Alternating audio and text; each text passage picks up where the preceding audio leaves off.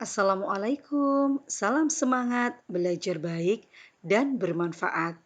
Pada video kali ini, saya akan mengajak anak-anak kelas 4 untuk berlatih soal-soal sebagai persiapan menghadapi penilaian akhir tahun pada tema 6.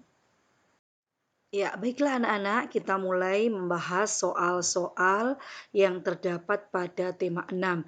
Kita mulai pada muatan PPKN KD 3.3.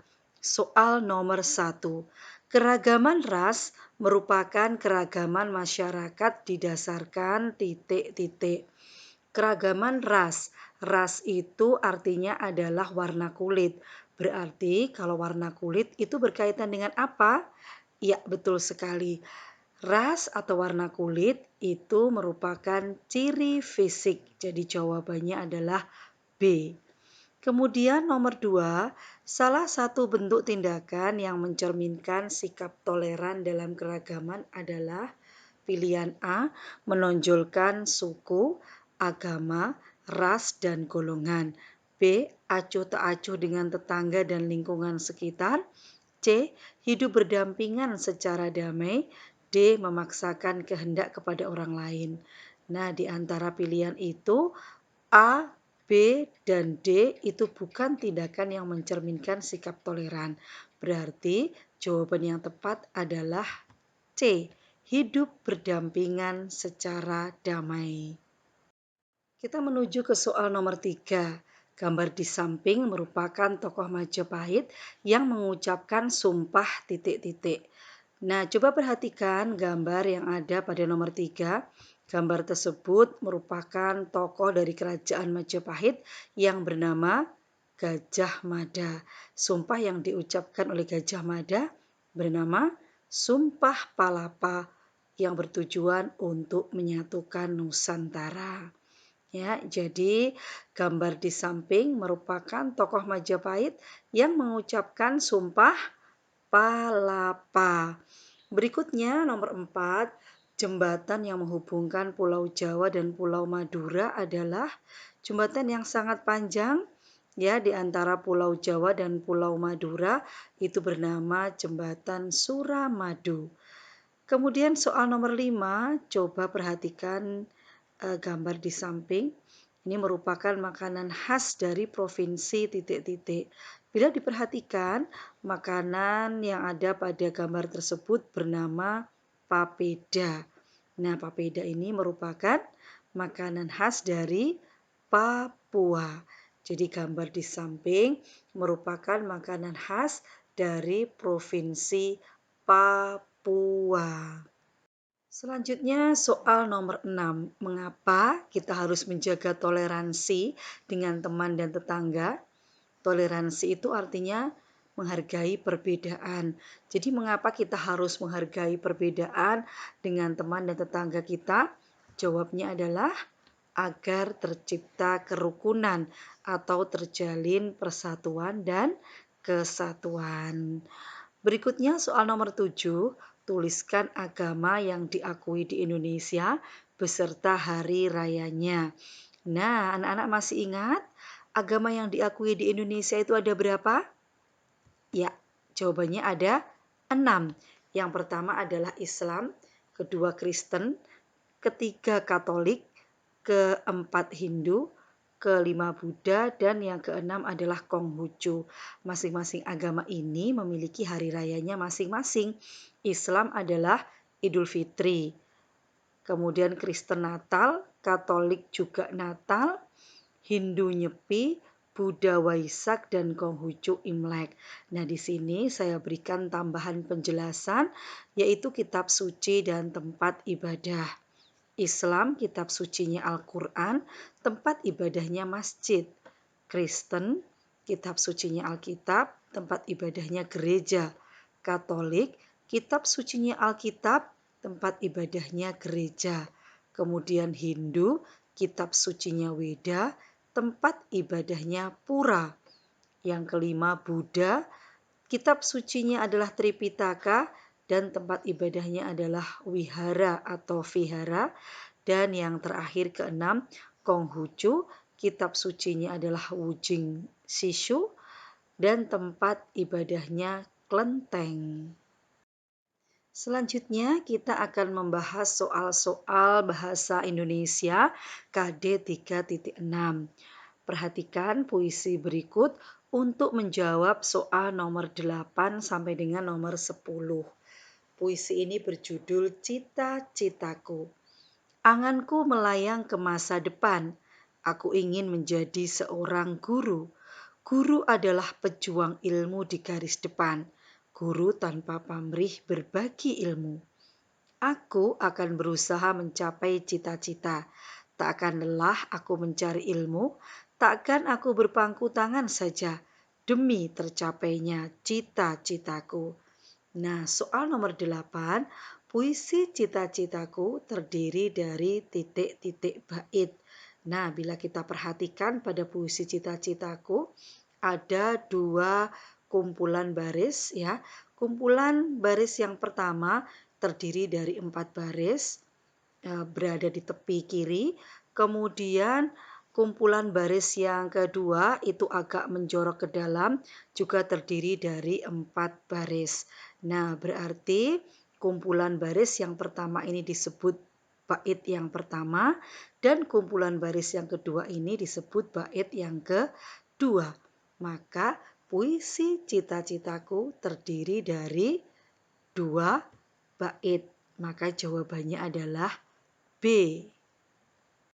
Selanjutnya kita bahas soal nomor 9. Cita-cita yang dimiliki penyair adalah, pada bait yang pertama tadi jelas disebutkan aku ingin menjadi seorang guru. Ya, maka jawaban yang tepat adalah A, guru. Kemudian soal nomor 10. Rima bait kedua puisi di atas adalah, perhatikan bait kedua pada puisi cita-citaku tadi adalah barisnya yang pertama berbunyi aku akan berusaha mencapai cita-cita. Nah, bunyi vokal akhir pada baris yang pertama itu adalah A. Kemudian baris yang kedua, takkan lelah aku mencari ilmu. Maka bunyi vokal yang kata yang terakhir adalah O. Takkan aku berpangku tangan saja. Baris yang ketiga, bunyi vokal akhirnya adalah A. Kemudian demi tercapainya cita-citaku, baris yang keempat, bunyi vokal kata terakhir adalah O. Nah, maka dapat dikatakan bahwa rima pada bait yang kedua itu adalah AO atau juga bisa dikatakan AB. Selanjutnya soal nomor 11. Karya sastra yang diungkapkan dengan kata-kata yang indah disebut. Nah, sebuah karya sastra yang menggunakan kata-kata yang indah itu disebut dengan puisi. Ya, berikutnya nomor 12. Orang yang membuat puisi disebut. Jadi orang yang mengarang puisi itu disebut sebagai penyair. Ya, berikutnya soal nomor 13. Setelah kita membaca atau mendengarkan puisi, baru kita dapat mengetahui titik-titik dari puisi tersebut. Nah, jadi apa yang kita ketahui setelah kita membaca atau mendengarkan puisi? Ya, jawabannya adalah isi ya. Jadi setelah kita membaca atau mendengarkan puisi, baru kita dapat mengetahui isi dari puisi tersebut. Soal ke-14. Sebutkan ciri-ciri puisi. Ciri-ciri puisi antara lain, yang pertama terdiri atas kata-kata yang tersusun menjadi lari atau baris. Kemudian yang kedua, lari atau baris dalam puisi tersusun menjadi bait. Yang ketiga, suku kata terakhir dari setiap lari atau baris membentuk rima. Dan yang keempat, kata terakhir dari setiap lari atau baris memiliki keteraturan bunyi vokal atau irama. Ya, jadi di antara 4 Ciri-ciri puisi ini dapat menjadi pilihan untuk menjawab pertanyaan pada soal nomor 14. Berikutnya, soal nomor 15, sebutkan langkah-langkah menyusun puisi. Bagaimanakah langkah-langkah yang harus diikuti untuk menyusun sebuah puisi yang baik? Ya, yang pertama adalah menentukan tema terlebih dahulu. Kemudian yang kedua, mencari pilihan kata yang tepat atau dikenal dengan istilah diksi. Jadi dipilih kata-kata, biasanya dalam puisi adalah kata-kata yang indah. Kemudian yang ketiga adalah membangun suasana dalam puisi, misalnya gembira atau sedih atau penuh semangat. Nah, dan yang keempat, menentukan rima atau bunyi akhir setiap kata agar puisi tersebut terdengar indah. Nah, sekarang kita akan membahas soal-soal IPA KD 3.2. Soal nomor 16. Gambar tersebut siklus yang membantu petani dalam penyerbukan ditunjukkan nomor A1, B2, C3, D4. Nah, coba perhatikan baik-baik. Pada fase metamorfosis kupu-kupu, dimulai dari yang nomor 1, itu adalah telur, yang nomor 2 adalah ulat, nomor 3 adalah kepompong atau pupa, dan yang keempat adalah kupu-kupu dewasa. Nah, pada fase yang kedua, saat menjadi ulat, adalah fase yang merugikan karena memakan daun-daun pada tumbuhan. Sedangkan fase kupu-kupu atau fase yang keempat menguntungkan karena membantu petani dalam penyerbukan tumbuhan. Jadi pada soal nomor 16, gambar tersebut siklus yang membantu petani dalam penyerbukan ditunjukkan oleh nomor 4 ya, jadi pilihan hurufnya adalah D.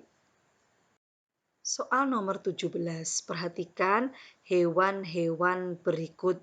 Coba kalian lihat gambar yang pertama, nomor 1 itu adalah gambar kecoa, kemudian nomor 2 adalah lalat, gambar yang ketiga adalah jangkrik, gambar yang keempat belalang. Hewan yang mengalami metamorfosis sempurna adalah nomor A4, B3, C2, D1. Yang manakah hewan yang mengalami metamorfosis sempurna? Ya, mari kita bahas. Hewan yang mengalami metamorfosis sempurna itu contohnya adalah kupu-kupu, lalat, dan nyamuk. Karena hewan-hewan ini mengalami perubahan bentuk hampir di setiap fase atau siklus hidupnya. Nah, sedangkan hewan yang mengalami metamorfosis tidak sempurna, contohnya adalah kecoa, jangkrik, dan belalang. Karena hewan-hewan ini hanya mengalami beberapa perubahan bentuk pada tahap metamorfosisnya. Jadi, hewan yang mengalami metamorfosis sempurna ditunjukkan oleh nomor 2. Pilihannya adalah huruf C. Soal nomor 18, siklus hidup hewan. Pada gambar tersebut yang ditunjukkan nomor 4 bernapas menggunakan titik-titik. Nah, perhatikan pembahasan berikut ini. Fase metamorfosis pada katak itu yang pertama adalah telur, kemudian yang kedua adalah berudu, yang ketiga katak muda, dan yang keempat adalah katak dewasa. Nah, ada perbedaan alat pernapasan ketika katak masih berupa berudu, yaitu bernapas menggunakan insang. Sedangkan ketika sudah dewasa, maka katak ini akan bernapas dengan paru-paru dan kulit. Ya, jadi ketika masih berudu, masih berada di dalam air, bernapasnya menggunakan insang. Tetapi ketika katak dewasa ini sudah hidup di dua alam, yaitu di darat dan di air, maka bernapasnya menggunakan paru-paru, dan kulit. Ya, siklus hidup hewan pada gambar nomor 18 tadi yang ditunjukkan nomor 4 berarti kan kata dewasa bernapas menggunakan paru-paru dan kulit.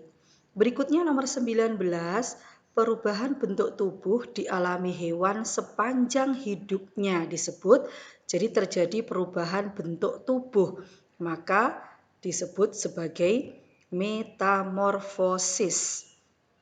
Berikutnya nomor 20, jenis makhluk hidup yang dapat menghasilkan makanan bagi dirinya sendiri adalah makhluk hidup itu ada 3 jenis, yaitu manusia, hewan, dan tumbuhan. Di antara ketiga itu, yang dapat membuat atau menghasilkan makanannya sendiri adalah ya tumbuhan jawabannya.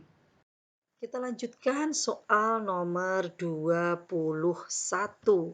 Soal nomor 21, kucing, ayam, dan kambing adalah contoh hewan yang mengalami daur hidup tanpa ya. Ada 3 jenis daur hidup ya. Yang pertama adalah daur hidup tanpa metamorfosis, yang kedua metamorfosis sempurna, dan yang ketiga metamorfosis tidak sempurna. Nah, kalau di sini hewannya kucing, ayam, dan kambing yang tidak mengalami perubahan bentuk ya ketika dia kecil sehingga menjadi dewasa, hanya terjadi perubahan ukuran tubuh saja, maka ini disebut sebagai daur hidup tanpa metamorfosis. Berikutnya soal nomor 22. Sebutkan 3 kegiatan upaya manusia untuk melestarikan lingkungan. Ya, jawabnya adalah kegiatan manusia untuk melestarikan lingkungan antara lain 1. Melakukan reboisasi, yang kedua membuang sampah pada tempatnya, dan yang ketiga mengadakan kerja bakti. Dan soal yang nomor 23, apakah tujuan pemerintah membuat undang-undang tentang perburuan? Jawabnya adalah untuk melindungi hewan dan tumbuhan dari kepunahan. Baiklah, sekarang kita akan membahas soal berikutnya pada muatan IPS KD 3.1. Soal nomor 24, sumber daya alam non-hayati antara lain. Yang dimaksud sumber daya alam non-hayati adalah sumber daya alam tak hidup. Ya. Pilihan A, tanah, air, dan padi. Nah, padi termasuk tumbuhan berarti sumber daya alam hayati. Berarti bukan pilihan A. Lalu B, batu, ikan, dan emas. Di sini ada ikan. Ikan adalah hewan termasuk sumber daya alam hayati. Berarti B juga bukan pilihan yang tepat. Lalu C, kapur, udara, dan jagung. Jagung adalah tumbuhan, juga termasuk sumber daya alam hayati. Jadi juga bukan pilihan C. Lalu yang D, pasir, emas, dan batu. Nah, tiga-tiganya ini merupakan sumber daya alam non-hayati. Oleh karena itu, pilihan yang paling tepat adalah D, pasir, emas, dan batu. Soal berikutnya nomor 25, Pulau Madura dikenal sebagai wilayah penghasil. Nah, tahukah anak-anak bahwa Pulau Madura itu dikelilingi oleh laut? Sehingga Pulau Madura merupakan penghasil garam ya. Pulau Madura juga dikenal sebagai Pulau Garam. Berikutnya soal nomor 26. Pencemaran udara dapat dicegah dengan cara titik-titik pohon di tepi jalan raya. Jawaban yang tepat adalah menanam. Berikutnya soal nomor 27, tempat penangkaran hewan tersebut berada di Taman Nasional. Hewan pada gambar adalah gajah. Nah, tempat penangkaran gajah yang ada di Indonesia terdapat di Taman Nasional Waikambas, Lampung di Pulau Sumatera. Berikutnya soal nomor 28. Mengapa bahan tambang dikategorikan sebagai sumber daya alam non-hayati? Bahan tambang itu contohnya minyak bumi, batu bara, kemudian logam ya. Mengapa benda-benda atau bahan-bahan itu dikategorikan atau dikelompokkan sebagai sumber daya alam non-hayati? Karena bahan tambang itu tidak dapat dibudidayakan atau dihasilkan kembali setelah habis digunakan. Ya, itu tadi soal-soal IPS. Sekarang kita menuju ke muatan SPDP. Ya, kita menuju ke seni, budaya, dan prakarya. Dengan KD 3.2. Nomor 29. Cepat lambatnya ketukan lagu disebut. Jawaban yang tepat adalah B. Tempo ya. Kemudian nomor 30. Nada-nada yang bertitik di bawah berarti nada. Nah, perhatikan nada-nada itu ada yang bertitik bawah, ada yang bertitik di atas dan ada pula yang tidak bertitik. Nah, jawaban yang tepat nada-nada yang bertitik bawah berarti nadanya adalah rendah. Nada-nada yang bertitik bawah menunjukkan nada yang rendah, sedangkan nada-nada yang tanpa tanda titik menunjukkan nada yang sedang, dan nada-nada bertanda titik atas menunjukkan nada tinggi. Berikutnya kita bahas soal nomor 31. Lagu Indonesia Pusaka dinyanyikan dengan tempo. Nah, perhatikan lagu Indonesia Pusaka itu adalah lagu dengan lirik seperti berikut ini. Indonesia tanah air beta, pusaka abadi nan jaya. Berarti tempo yang digunakan untuk lagu ini adalah moderato. Moderato itu artinya sedang agak cepat. Nah, untuk mengingat kembali tentang tempo ya, istilah atau tanda tempo itu ada tempo lambat, contohnya largo, lento dan adagio. Kemudian ada tempo sedang seperti andante dan moderato, serta tempo cepat seperti allegro, vivace dan presto. Berikutnya soal nomor 32. Jelaskan apa yang dimaksud metronom Maelzel.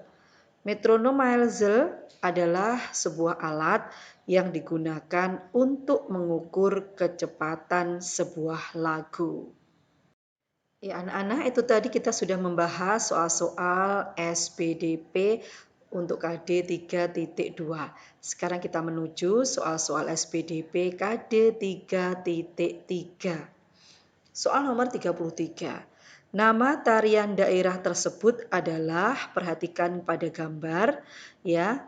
Gambar ini adalah sebuah tarian tradisional atau tarian daerah ditarikan oleh seorang laki-laki memakai ikat kepala dengan gerakan yang gagah. Nah, tarian ini berasal dari daerah Surabaya. Ya, yang manakah yang merupakan tarian dari Surabaya? Pilihan A, Saman.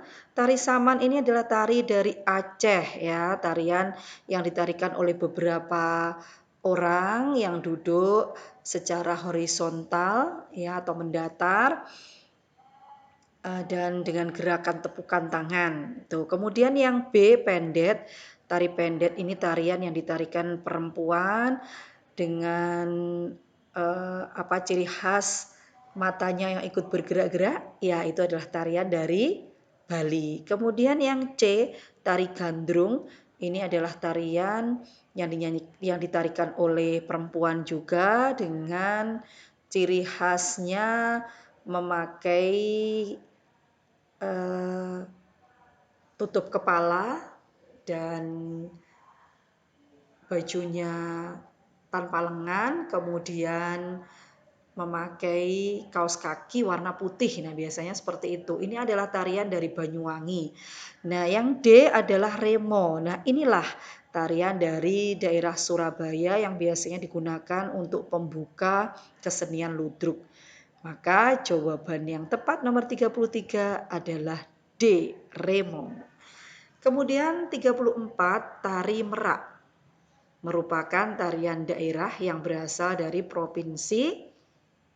Jawabannya adalah dari Jawa Barat ya.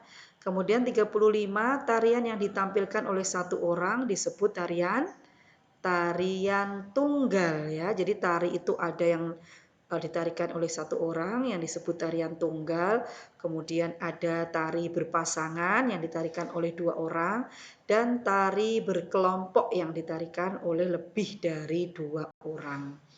Kemudian nomor 36. Sebutkan asal tarian daerah berikut. 1. Jaipong ya, tari Jaipong tari yang ditarikan oleh perempuan dengan gerakan yang lincah ya. Tarian ini berasal dari Jawa Barat. Kemudian tari yang kedua adalah kecak. Tari kecak ini biasanya ditarikan oleh beberapa orang laki-laki yang duduk melingkar dengan tangan diangkat sambil mengucapkan cak cak cak cak cak cak. Nah, dari daerah manakah itu? Dari Bali ya. Dan yang ketiga adalah piring. Tari piring ini tari yang ditarikan oleh beberapa orang dengan membawa piring kecil di kedua tangannya. Tari ini berasal dari Sumatera Barat. Ya, ini pembahasan soal yang terakhir yaitu SPDP KD 3.4 nomor 37. Gambar tersebut merupakan karya seni A. Aplikasi, B. Kolase, C. Mozaik, dan D. Montase. Nah, coba perhatikan pada gambar. Gambar itu menunjukkan bantal karakter ya. Nah, kalau bantal karakter berarti bahannya terbuat dari kain. Kain yang diberikan hiasan yang ditempel atau bisa juga dengan cara dijahit. Maka karya seni ini disebut sebagai aplikasi ya. Jadi pilihan yang tepat adalah A, aplikasi. Kemudian nomor 38, gambar atau lukisan yang dibuat menggunakan kepingan-kepingan pada bidang datar disebut. Di sini ada kata-kata kepingan-kepingan. Ya, kepingan-kepingan pada bidang datar. Maka jenis karya seninya adalah mozaik ya. Berikutnya nomor 39, kolase dibuat dengan teknik baik kolase, mozaik, montase maupun aplikasi. Keempatnya adalah karya seni dengan teknik tempel ya. Dan yang terakhir nomor 40, sebutkan 3 benda yang dapat dihiasi dengan teknik aplikasi. Berarti kalau teknik aplikasi seperti yang saya jelaskan di atas tadi nomor 37 itu bisa contohnya adalah bantal, bisa pula tas ya, taplak atau benda-benda yang lain yang bahannya dari kain yang kemudian juga ditempel dengan kain pula ya. Bisa dengan cara ditempelkan saja atau dijahit. Nah, anak-anak demikian tadi pembahasan soal nomor 1 sampai dengan 40 sudah kita bahas bersama-sama. Ya, demikian tadi pembahasan soal-soal persiapan penilaian akhir tahun tema 6 untuk kelas 4. Semoga video ini bermanfaat. Sampai jumpa pada video berikutnya. Jangan lupa like, subscribe, dan share supaya lebih bermanfaat. Wassalamualaikum warahmatullahi wabarakatuh.